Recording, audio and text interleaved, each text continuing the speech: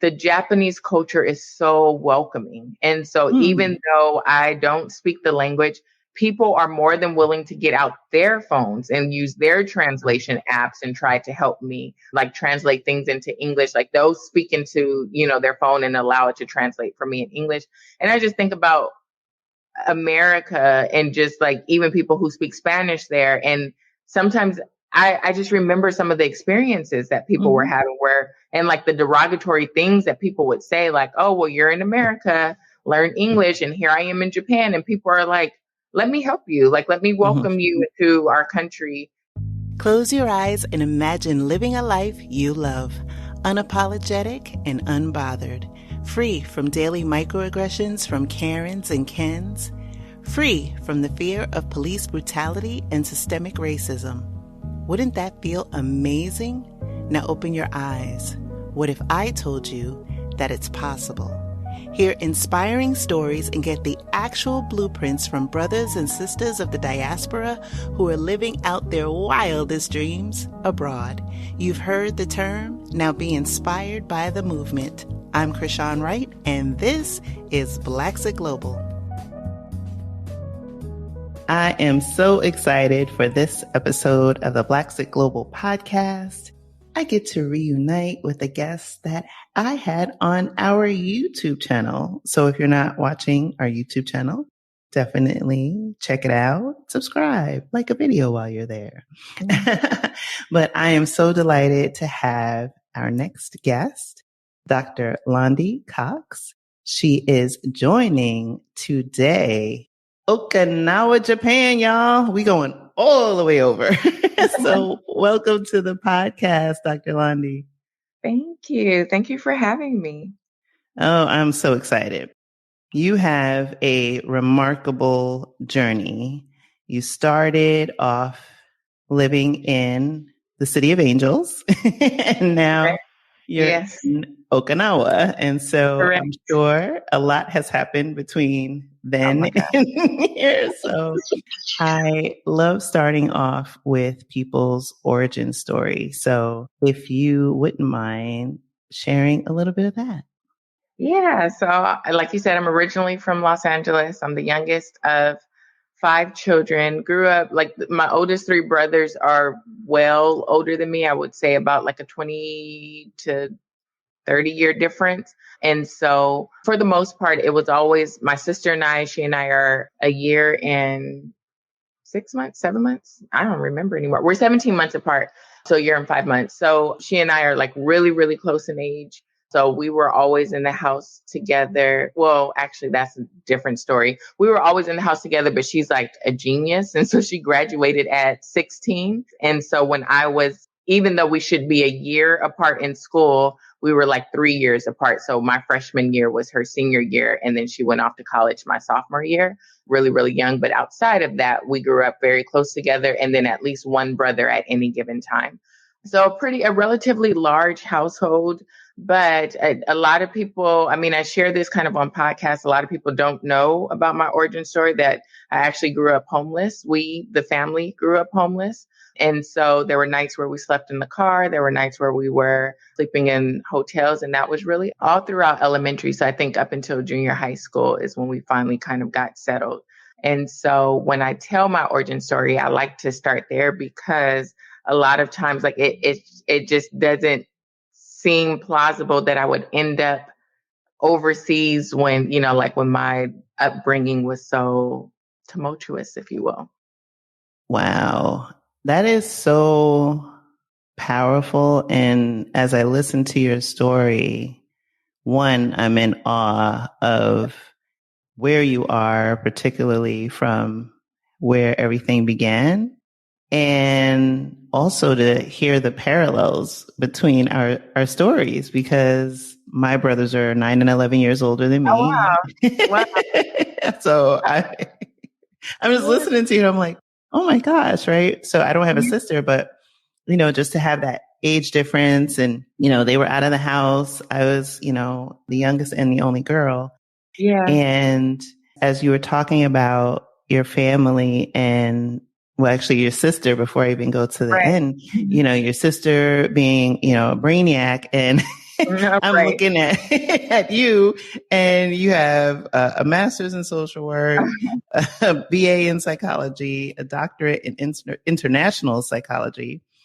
And I'm like, oh my gosh, just like brilliant minds.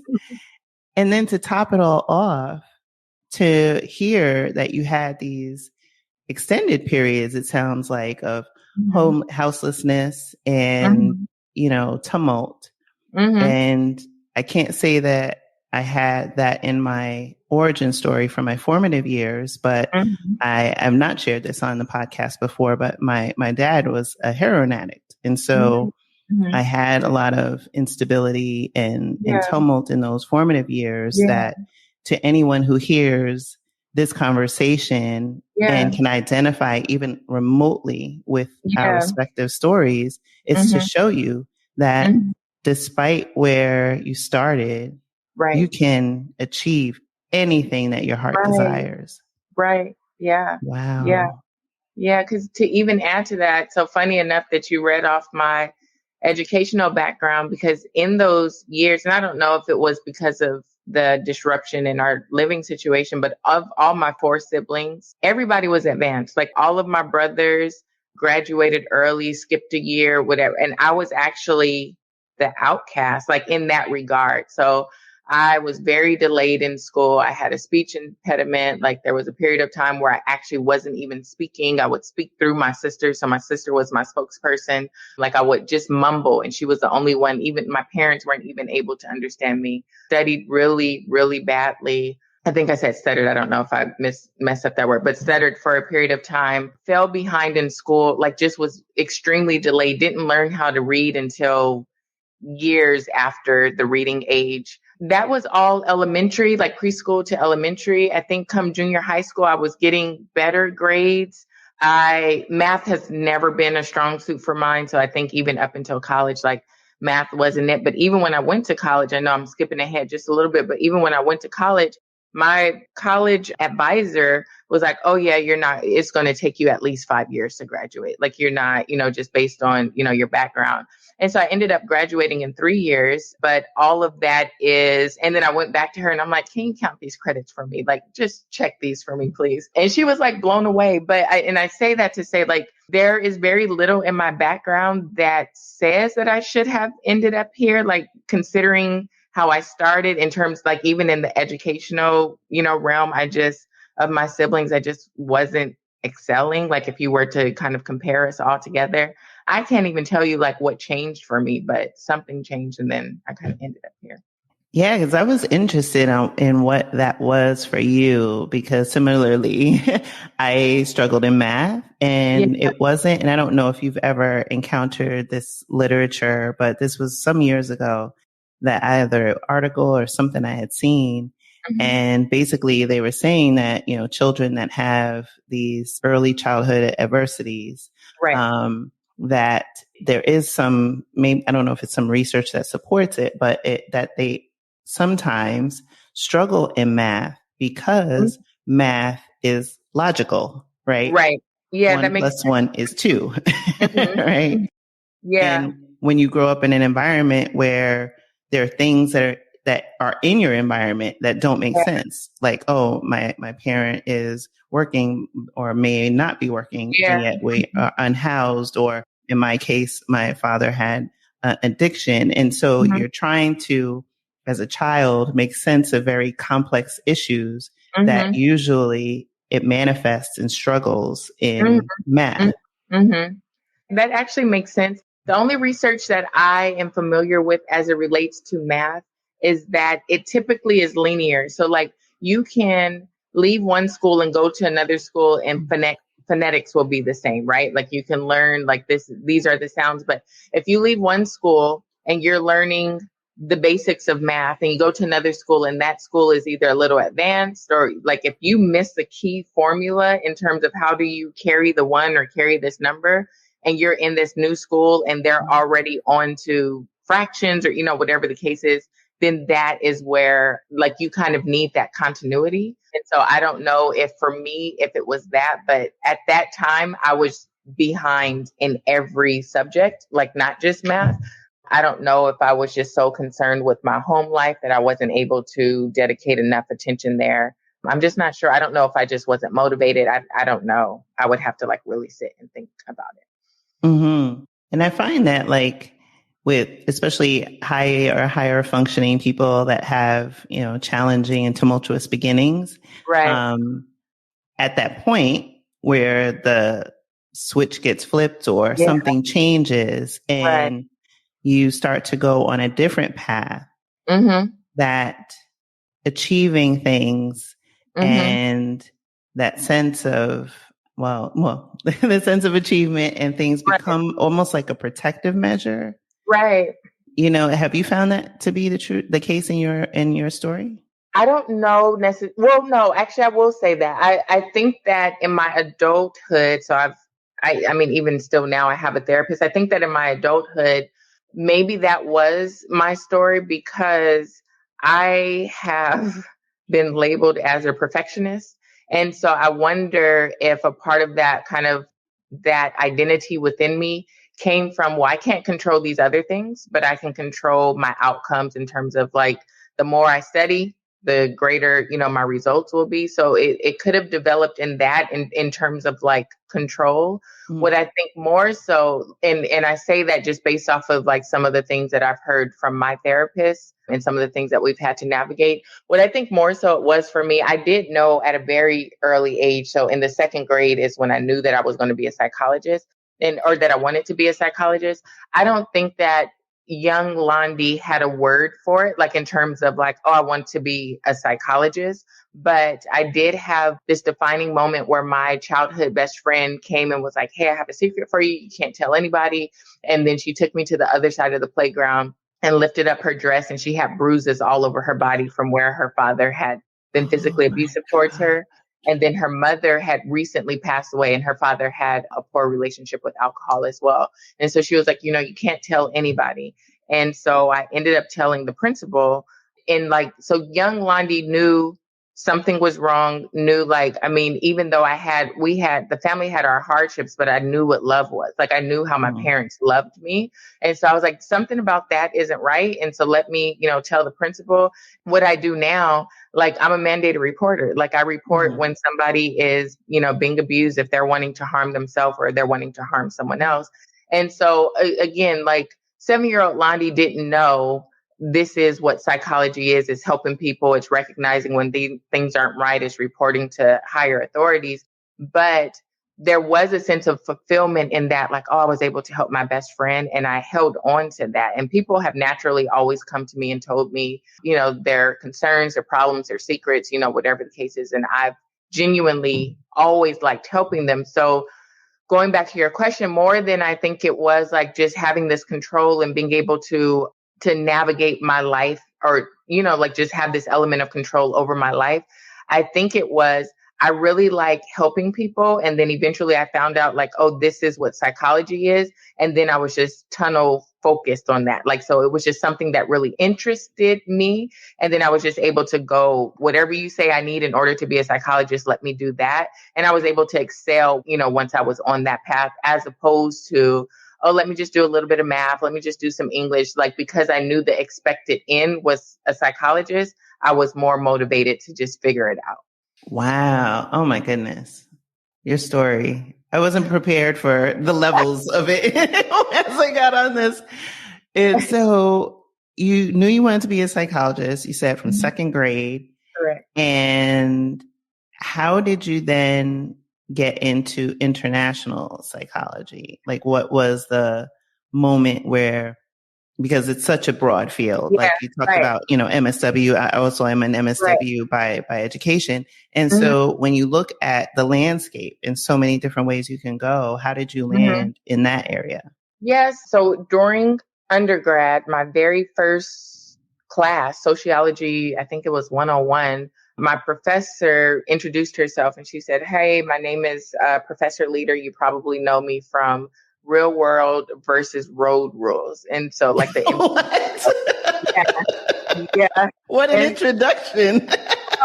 And I used to watch that show. And so I'm like, I don't remember her, but she was so the Real World versus Road Rules did an episode, or maybe even a couple of episodes, where they were on this cruise ship called Semester at Sea. And so it was these students who went and studied abroad on the cruise ship, and they went all around the world and they docked in these different countries. And so she was like, you might recognize me from there. I was the dean of social sciences on this ship. And so I was on the episodes that they filmed on. So after class, I went up to her, never had been out the country before. So I went up to her and I was like, hey, tell me more about this. And so she did. And she was like, yeah, you have to, like, they only have so many, what do you call those, majors that they offer, but you would go, you would apply, and then you end up spending a semester, like 4 months on this cruise ship, and you're studying whatever your major is or whatever you go in there for. And so she was like, you should apply. And so in my mind, I'm like, okay, yeah, but I'm just like, there's just nothing about my background that says that I'm going to go overseas, that I would get accepted into this program. Like, my college advisor already told me it's going to take me 5 years. I'm like, yeah, right. So she ended up making me her TA. I think it was my third year, so my junior year. But this is when I started counting all of my credits. And I'm like, I can graduate this year. I'm actually like graduating early. So it wasn't anything that I had planned or anything. Like, I started my third year thinking it was my junior year, and it turned into my last year. And so when I was telling her that, she was like, you have to do semester at sea. I remember you came up to me, the beginning of the class, like, you absolutely have to do it. And I was like, I'll apply, but I likely won't get in. So I applied, got in, like, was accepted on the spot. And then I looked at the cost, and then I was like, also, no, like, like, I don't have that kind of money. And my mom was like, we'll figure it out. We'll make it work. Like, this is an opportunity of a lifetime. Like, we'll make it work. So I ended up going on semester at sea. I think we docked in 16 different countries. I studied psychology in each country. And it was so interesting to me how psychology around the world is just so different. It's like, in America, we push psychotropic medications, we push different modalities, but in some Latin American countries, they're talking about shaman and using spiritual rituals. You go to Africa, there's other practices. You go to Asia, there's other practices. And I'm like, how is America dictating how psychology is taught or administered to all of these different cultures when these cultures have their own practices? So I came back. So when you have a bachelor's in psychology, like, you can't be a psychologist with just that level of degree. So I reached back out to the same dean of social science, and she became my mentor. And she was like, what are your long-term goals? And I said, I want to be a therapist. So she was like, look into social work, because social work will allow you to practice therapy at a master's level. Whereas if you go straight into your doctorate, you have to wait to be a practicing therapist. And so I did. So that's what landed me to get a master's in social work. At my master's level, I studied abroad again and went to different parts of Europe. And then I actually didn't want a doctorate degree. So at that point, I was like, I'm done. I'm a therapist. That's it. The job that I landed, my first job in England, there was a psychologist there who was at retirement age. And I think I was in my early 20s. And he said, you're working the job that I'm working at my retirement age. Why would you cap yourself now? Like, you're at the level that I am in my 60s. And I think I was like 29 or 30. He was like, you have to go back and get your doctorate degree, because there's just so much in store for you if we're at the same level with a 30-year age difference. And so I said, no. And so, thank you, sir, but I declined that offer. Exactly. Because I didn't want to write a dissertation. And then I just felt like everything that I wanted to do, I was doing. So I was like, I don't need to be called a doctor. I don't need to go back to school. But as I was looking at programs, so I was working right down the street from Cambridge. And then I was like, actually, it would be cool if I could go to school at Cambridge. And so the more I started doing research, I ended up coming across the program that I went to, which is international psychology. And that's the only reason why I went back to school, because it reminded me of my bachelor, like when I studied abroad, and was like, how is America dictating how psychology is, practice? And this program was centered around that. It's the only international psychology doctorate program. And so I was like, this is the one for me. Like, I would love to study, like, I was living in England, but I was like, I would love to study psychology from all of the lens of the different cultures. And so that's how I got into it. And then that's how I ended up becoming an international psychologist. Wow. So interesting, because you're right. The way that the U.S. is set up, it's like the U.S. is the sun, right, and everyone else revolves around it. That's the only Right. analogy that I could think of. Right. And it's so interesting to dissect and deconstruct Right. Yeah. Yeah. that framework, right? I That agree. we've become to think and accept as our default, right? It's the US and then everyone else. And so, kudos to you for asking the question, like, why? Right? How did we end up here? Right. And then I think when I was, so not I think when I was doing my research, like for a homework assignment in my international psychology, I don't think this number would have changed, but I just want to make sure that I'm quoting it correct. But it was somewhere, it was under 10%. US, the United States makes up less than 10% of the world. I really want to say it's 5%, but I just want to give myself a buffer. Mm-hmm. But the US comprises under 10% of the world, but dictates 90% of how psychology. I'm like, that's not right. Like, that just doesn't Right? even. I mean, I don't know math well, but that don't sound right. I don't know math that well, but you know what? That don't sound right. Right. Directionally, I don't think it sounds right. Exactly. Exactly. So yeah, so that's the only reason why. So even when I was looking to go to Cambridge, they had, like, what is it? Child psychology, developmental psychology, neuropsychology, like all of the behavioral psychology, the ones that you're familiar with. But everything, I'm like, I could do all of this at a master's level. But it wasn't until I saw international psychology that I'm like, this will actually keep my attention for 3 years. And I would not gladly, but I would definitely write a dissertation about, something related to that. Like, I didn't mind contributing to the field of research as it related to international psychology in that way. So that was it. A doctorate degree was never my end goal, but it just made all the more sense once I got it. Yeah, and it's interesting when you think about other cultures, when you look at the US and always Mm-hmm. this reference of melting pot, right? Mm-hmm. Versus a mosaic. Mm-hmm. And even in the field, I remember when I was getting my MSW and they were talking about cultural competency and things Yep. like that, but also Mm-hmm. still very US centric lens Mm-hmm. by which you're interpreting other people's Mm-hmm. culture. Mm-hmm. But as we see it now, right, we're coming and having this conversation and, we're outside of the pandemic. We have, a lot of tumult in the world Yeah. between what's going on in Ukraine, what's going on in the Congo, in addition to the conflict in Israel and Palestinians Mm-hmm. and America's involvement in both, right? Mm-hmm. In all three, actually, to be honest. Right. And what I see, although I've definitely distanced myself from a lot of the news, is this one, a disregard of people's lived experiences. Mm-hmm. And in addition to that, the impact of this on not only people that live in the US that have ties to these other countries, but Mm-hmm. also for the children and the adults that are in these countries, regardless of what side we're talking Mm-hmm. about. The impact of, war and just this seeing the worst of humanity. And the way I interpret the US's stance is like, oh, it's all right. Oh, that happens and we'll take a pill. And I now living in Portugal and seeing just a very different view of the US and the world. Yeah. And I look at it and I am like, how can they even operate in that manner, the US? Mm-hmm.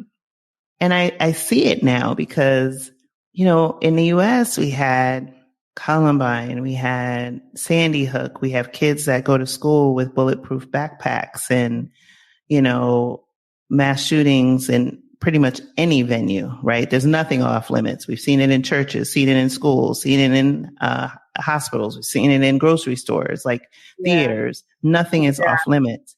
So while some people might think that they live in this protective bubble of the greatest country in the world, what they're missing by having these kind of, what do they call it? Horse blinders on, is that you miss everything else. And one, you assume that everything else is the periphery. Right. When in actuality, it is because the lens by which you view the world is the US as the sun. Right. Yeah. Yeah. I remember learning about ethnocentrism. And so it's like when you are in, whether it's ethnocentric, whether it is having this very like individualistic society, when you're in that, you're only thinking about yourself. You're only thinking about either yourself or your country or like what this means for you, as opposed to where do I line up with this? Like, how can I support this? How can I help this? How does our dealings impact this? It's just very much like, well, this is what we need. So of course we would do this to other countries, or, like whatever the case is.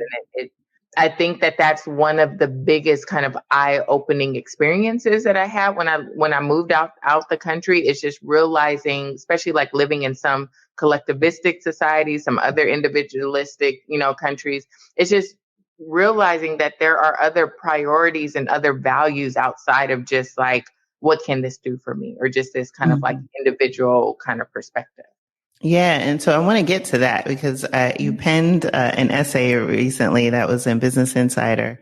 And you talked about, your journey from Spain, which is more of a collective, and then to UK, which probably mirrors the US in terms of individualism, to now being, in a, I would say, maybe, I don't want to take a leap because I've not been to Japan, but, a mixed society, which can be more homogenous in some instances, whereas Okinawa probably isn't because it's more metropolitan. But, I'm interested in, that decision that you made to then go to Spain and some of the things that you learned about like collectivism. Yeah. So I decided to go to Spain because I was living in Oregon at the time. So from California, moved to Oregon. So I was living there and I was functioning as a family therapist. And there were two other therapists who worked for the company and they were bilingual. And I found out that they were making substantially more than me. And so I went to my boss and I said, listen, I'm going to go to Spain. I'm going to learn Spanish and I'm going to immerse myself in the culture. So like, give me a year, hold my position. I'm going to go to Spain and I'm going to come back and you're going to pay me what you're paying these people, these two individuals. And they said, okay, like, yeah, we could do that. And so they held my position open and I applied to this immersion program and I got in. I sold everything, like literally everything that I owned other than what could fit in a suitcase. And I moved to Spain and I was a full-time student and I went to, I studied Spanish 8 hours a day, essentially, like that was my full-time job. And then in the evening, I taught these kids English. And so it kind of helped me learn Spanish because of how they were conjugating their verbs, or where they were in their learning process. And so that was a family that I stayed with. And so that's kind of what got me to Spain. But about, I think, 3 to 6 months in, I called my company and I said, hey, I'm not coming back. Like, actually, never mind, like, let go of that position. So that's what got me over there. But so when I lived with this family, there was a host. So it was a 2-parent household. So a mom and a dad, and then these 2 children, a boy and a girl. And so I remember I was talking to the host father one day. So we would have these, what we would call like language exchanges, where sometimes we would speak in English to support his needs. Sometimes we would speak in Spanish to support my needs. And I remember asking him, I said, what's your dream car? And so he said, ideally, I really like to travel. He said, I really like to be with my family. And so anything that would allow me to travel and do road trips that comfortably fit my family, that's my dream car. And I said, oh, well, mine is a Porsche Panamera. And so, but it was that kind of defining moment where I realized like, this is a very individualistic perspective because I just like it for the looks, for the status, for, like whatever. And you are thinking, I mean, granted, I didn't have a family and don't have a family, to like look after, but his answer was just completely different from mine. He just cared about like, I want to see the world. I want to go on vacation. I want to do these things. I want to make memories. And I was just like, I just want to look nice driving this like really nice car. And that was kind of like the first insight into like, oh, the values have shifted. I realized, so again, being from LA, one of the fashion capitals of America, I realized when my values started to shift when I was traveling. So I learned like before, if I was going somewhere from America, anywhere, it's like, oh, I need 3 suitcases, one for my shoes, one for this, one for this. And then once I started traveling around Madrid, I was very much aware of like temperature in terms of dry heat versus humidity. Like if it's dry heat, I need like lighter material clothes.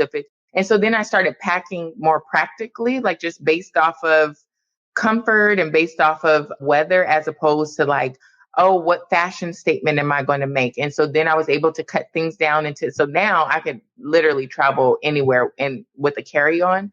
But I bring that up to say that is when I noticed that my own values were starting to change. Like when I didn't really care of like, oh, what is this picture going to look like? What clothes am I going to have on? Like, you know, if I'm trying to post on the gram or whatever. And it was like, let's actually be practical. You're going to be doing a lot of walking. You need these shoes. And this is very young. Like, and so I'm not even speaking to my age of like needing arch support or like all of that kind of stuff. It was just, I just started making more practical decisions based off of my value. I noticed that my values, you know, started to change.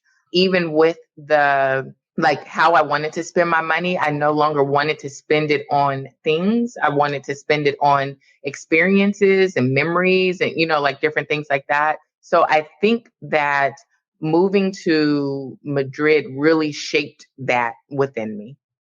Yeah. So, and you're right. Like when you have that moment where you realize that everything that you, or most things that you had experienced prior to that was from an individualistic lens. Yeah. And it does change you. It does. It changes your priorities. It changes your views. It changes, like you said, your values. And you're like, wait a minute, my values are not rooted in the things, even though I've done those things. I've bought shoes, I've bought cars, you know, all of those things, that you realize that what I want going forward is something that is in complete opposite of that. Right. Right. Mm-hmm. So you took that shift from living in Spain to then the UK, which is very different. I've only traveled to the UK once, but very different, similar in some ways to the US. And you spent a longer time there. So what was that experience like? What I will say about these kind of like differences is there are times where being individualistic can work to your benefit, and other times where like being collectivistic can work to your benefit. And so even though I had these kind of like newfound values from America to Spain, when I moved to England, I still didn't have a family, still didn't have children, still didn't have a partner. And this is actually when I decided to eventually like go back to school. And so I think that I can imagine that someone who is used to a collectivistic society or someone who is extremely extroverted would find it really difficult to be in this place of isolation, like to move to a country on your own and maybe not find friends or maybe not find because where I lived in England, I wasn't in like the heart of London. I was working for the military. And so all military bases are remote. And so like I'm living in the countryside, living on my own. So finding a network of like maybe other expats or different things like that, you would find it closer to the city, but not like in the area that I was. And so it was nice to be informed by both, to like have my individualistic roots from America, but also be able to, you know, have a different value, you know. And so I think that that's where they merge, because I was still in England thinking like, oh, okay, I want to spend my money on experiences. So I was traveling just about every weekend, just going to see, you know, different parts of the world, or different parts of Europe rather. But when it came down to just living on my own, living in the countryside, having to do for myself, deciding to go back to school, I think that that's where going back to my individualistic roots like came into play, because I was able to still be very disciplined and then like get myself promoted, work up, you know, the corporate ladder, if you will, like, you know, just kind of navigate that. And I don't know that I would have in that environment if I had only been informed by more so, you know, collectivistic values and views. That's interesting. That's interesting. And so now you find yourself in Japan. Yeah. So how has that experience been thus far? It's been nice. I mean, I think this is, of all of the countries, this is the one with the most culture shock. And I will say that because, I mean, in Spain, it definitely felt like a foreign country and I didn't know the language, but it is really similar in so many ways to English. And so, or at least like the way that the words are formatted, you can kind of understand like, okay, this is what you mean. Or I grew up in LA around like a lot of people who do speak Spanish. And so there were a lot of similarities and it was easier. And I went to Spain with the intent of learning the language. Whereas in Japan, as much as I try and would like to learn the language, I know that there is a glass ceiling there because it's just such a difficult language to grasp. And so it is a fish out of water feeling, like living over here, because literally everything I need a translator for, like absolutely everything. And, for the most part, everything. So even to the point where someone will say like, oh, okay, go to this store. It's in the mall. I can't read the name of the store. And so it is like a matching game in terms of like, okay, this first letter looks like a little house with a little box underneath it. So I'm walking through the mall looking like playing shapes, matching games. So wow, I didn't even think about it like that.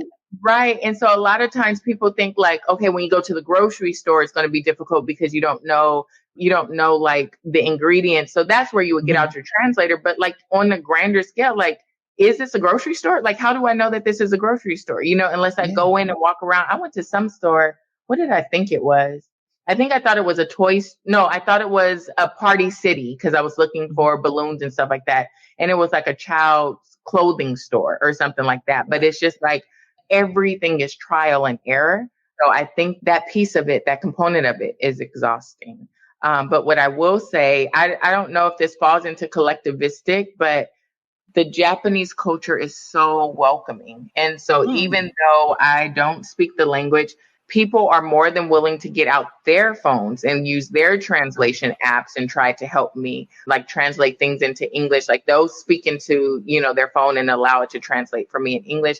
And I just think about America and just like even people who speak Spanish there. And sometimes I just remember some of the experiences that people were having and like the derogatory things that people would say, like, oh, well, you're in America, learn English. And here I am in Japan. And people are like, let me help you. Like, let me welcome you to our country, despite the background that America has with Japan. They're still like, let me help you, And so that has been really nice and welcoming. Yeah, it's interesting through the experiences that I've had abroad in every country. And I haven't thankfully had a bad experience yet where, I'm like, oh gosh, but that I do find that most countries, most people will, extend themselves in a way that we Americans do not extend grace, courtesy, respect. It's othering. It's you have to, you're here in America, speak English. Yes. It's this just very closed off view of life. And when I come to, now living in Portugal and I'm in the city, especially when I'm in Lisbon, people will automatically, especially when I struggle with Portuguese and I'm like, oh, I'm trying to think of the word. And then they're like, oh, we can talk in English. And it's an easier one for me, even if they struggle, like even if their English, what they say, oh, my English isn't good. It's like the fact that you could actually say that means your English is way better than my Portuguese.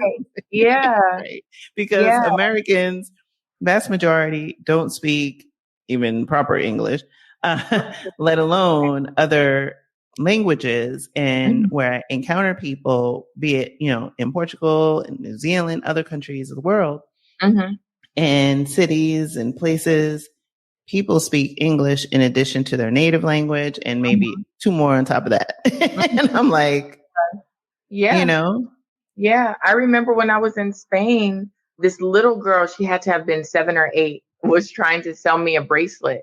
And so she asked me in Spanish, she was like, do you want to buy a bracelet?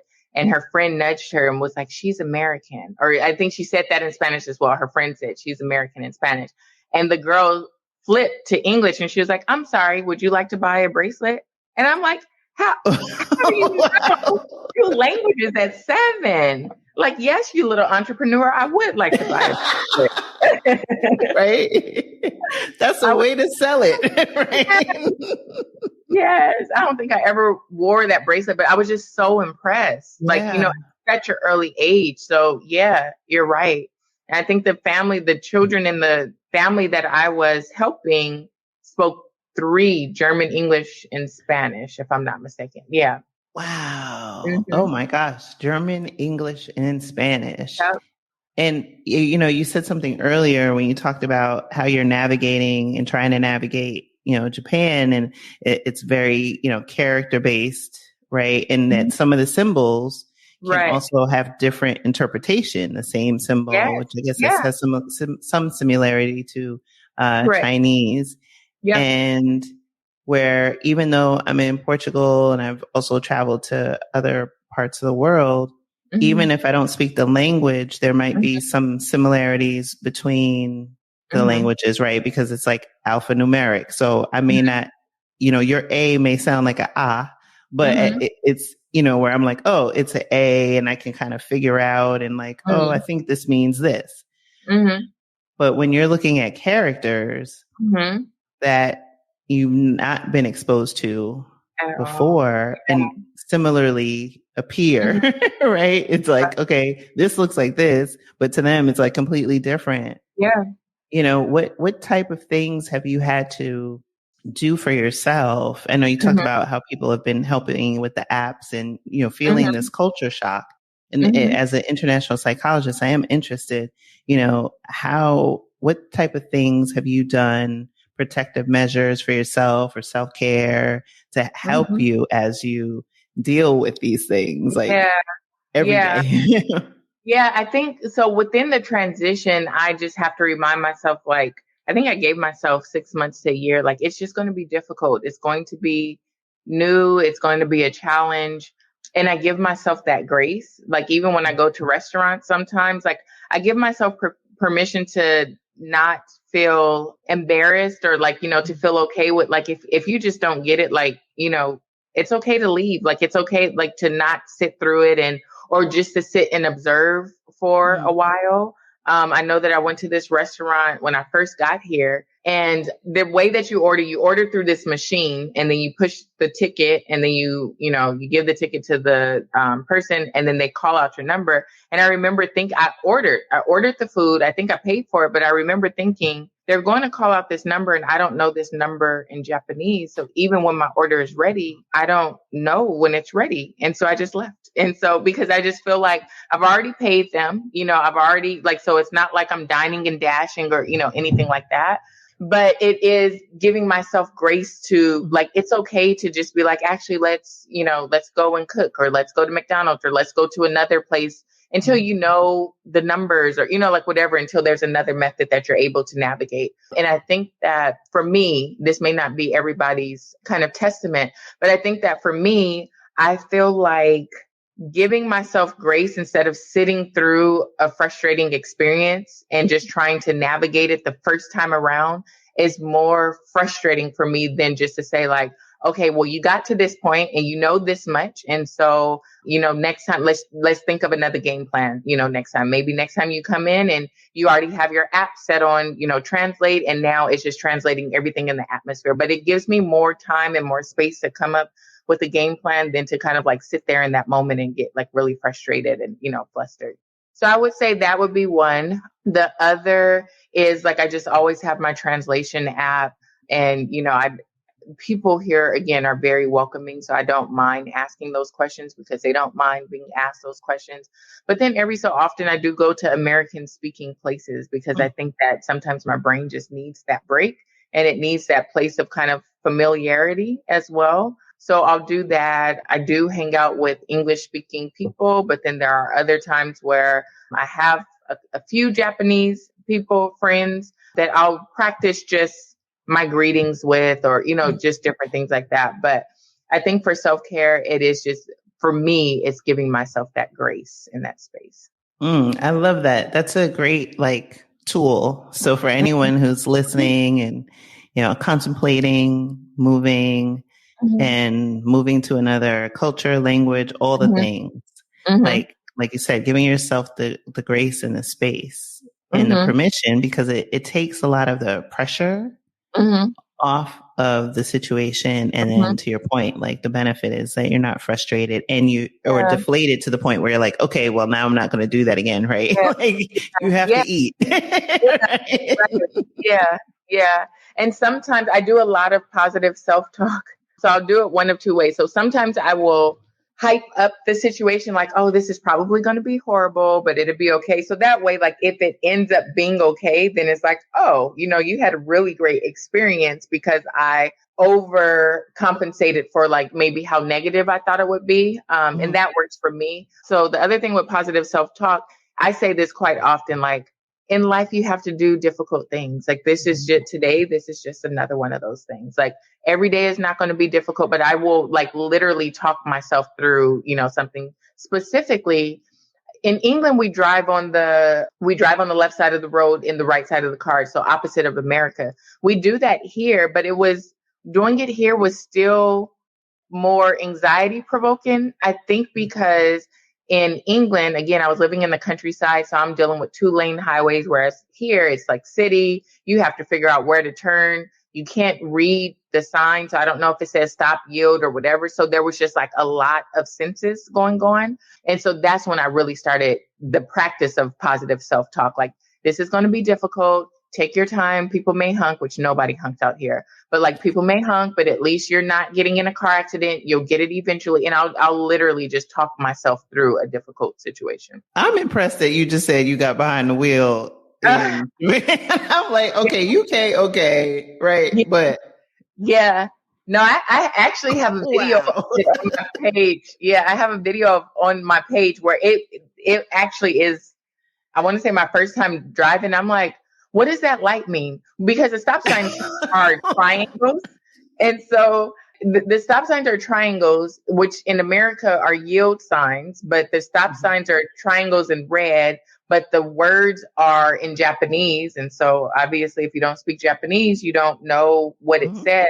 So I'm driving and I'm like, wait, can I turn on red here? What does that sign say? And like everybody who watches the video, they're like, you were giving me anxiety because how do you just get behind the wheel and just try it? And I'm like, what am I supposed to do? Like, I gotta get to work. I gotta get from point A to point B. Right. So figure it out somehow. Oh my gosh. Yeah. Wow. Yeah. So what are the things like for you now being in Japan and you've been, like to Spain, UK, Japan, have you gotten to a place in life where you want to settle down in Japan, or do you see like more international travel, other countries that might spark your interest? That is the $1 million question right now. So I'm not sure. It really depends on the opportunity. And so I honestly don't know. So I think that there's not, up until this point, I've moved based off of region. Like, oh, I want to travel around Europe. Let me go to the UK. I want to learn Spanish. Let me go to Spain. I wanted to travel around Asia, which is why I moved here. Now I'm in a space where it would be opportunity based. Like, oh, I really want this level of a position, or I want to be a consultant for this firm, or, like whatever the case is. And that's really what will dictate it. I don't know. I thought up until really like a couple of months ago, I thought that I would go back to America next. So like within the next year. And that still is a possibility, but there are a couple of new goals that I have that I want to try to navigate. And it will be easier and faster for me to reach those goals if I stay overseas a little while longer. Okay. Yeah. Okay. So I know in your role, like as a international psychologist, you work with people, expats and travelers. Right. And so I'm curious, like, because this podcast are mostly listened to by people who are aspiring expats, Black expats. And so in your experience, like, what are the things that people aren't as prepared as they could be, that if you had an opportunity, you would give them like a nugget or two to help them in their journey? I mean, the biggest one is their mental health journey. And so I say this on two different sides of the spectrum. So one is sometimes people already have a mental health therapist, provider, they're on medication, whatever the case is, that is managing their mood.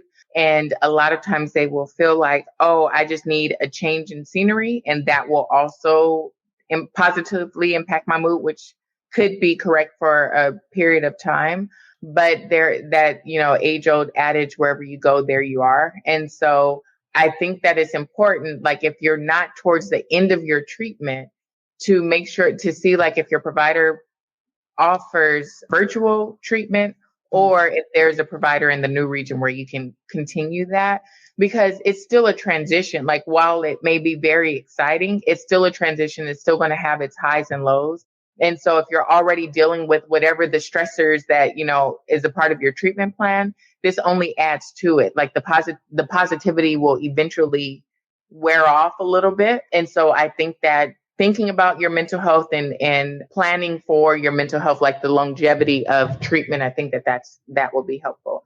I think that the other component is for people who don't have a mental health provider, whether they have something just very short term, just to kind of prepare them for the transition beforehand, or whether they hire or, like have a provider for maybe the first 4 months of their transition, because it's really difficult. Like when you think about big life moments, like say, for example, when you think about maybe having a baby, if you're really excited, when you think about getting married, when you think about moving, you're just so excited that moment is coming that you fail to realize that it is also a transition, that is also something that you're going to have to get accustomed to.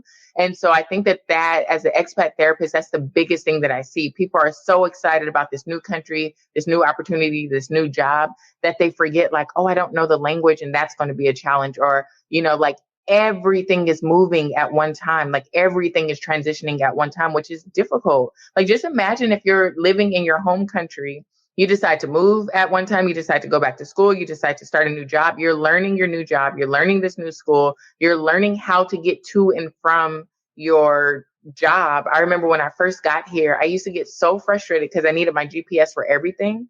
But I'm also so used to like listening to music to like calm me down, or people would call me on the phone, but I need to listen to my GPS. And you just don't realize how much of your transition is being impacted by so many little things. So I would say like to plan for those little things that come with the big. I love that. Is there's so many, it encapsulates so much of the journey that we're so focused on the goal, the end game, for whatever reason that you want to move abroad. People have a variety of reasons. Yeah. And you have that, honeymoon stage, that euphoria. And then at some point the patina starts to wear off and then you're just living, right? Every day is not a vacation. Every day is not, oh, I'm doing something like epic. Yeah. It's just some days are just days. Life. Yeah. And I think to that same component, I would say for people who are leaving their like primary network behind, before they leave, to set up intentional kind of times to check in, because I think that people don't realize how much, so not so much the relationship will change, but you have the time zone differences, like you're getting adjusted to your transition. You have your friends back home, family back home, who think that you're having the time of your life. So they're like, oh, let me not, disrupt you. And then you're disappointed because your friends aren't reaching out to you. And so I would say like to set those expectations up front as much as you can, obviously, because it's transition, you don't know what to expect, but to have communication about like, hey, like maybe every third Friday can be our Friday, or maybe, like for the first month that I'm out there, we're at least checking in once a day via text message or whatever, and just kind of be vocal about what those needs are so that you're not disappointed. Oh man, I love it. You gave so much. You gave so much. And even as I'm still in the early stages, right, of my journey, 2 months in, I'm taking that. I'm accepting that. I received that from you, Dr. Londí. So thank you for that. No problem. So for anyone who's listening to this episode and is as inspired, if not more, than I am, and they want to follow you, work with you, all of the things, where can people find you? So Dr. Londí on all platforms. So on Instagram, it's Dr. Londí, and then my website is drlondí.com. So if you are more prone to going to social media, there is a booking link in my bio. Otherwise, you can go to my website and see all of the facets where I offer services. So I do group therapy, individual therapy, couples therapy, some child therapy. And then I also provide consultation to businesses that work with expats, diversity, equity, and inclusion trainings, and, different things like that. So even if it's not on an individual basis, but you feel like the morale in my business is poor because we, have a lot of expats and we need support with the onboarding process or the assimilation, different things like that. I'm able to support businesses as well. Oh my goodness. A woman of many talents. The list goes on and on. And I know we could go on and on for hours because there's so much to talk about with you. And I've enjoyed every second of this conversation. So thank you for giving your time. And like I said, sharing these amazing tools to put in our toolkit. Yeah. And it really has been a pleasure having you as a guest on the Blaxit Global podcast. No problem. Thanks so much for having me. I'm happy we were able to make this happen. Yes. And definitely y'all check the show notes for this episode. I'll have links that Dr. Londí has mentioned, and we will talk to you soon. Thank you for listening to the Blaxit Global Podcast. For more information on today's episode, be sure to visit our website at blaxitglobal.com. It's not only possible to live out your dreams unbothered and in full color, it is your birthright.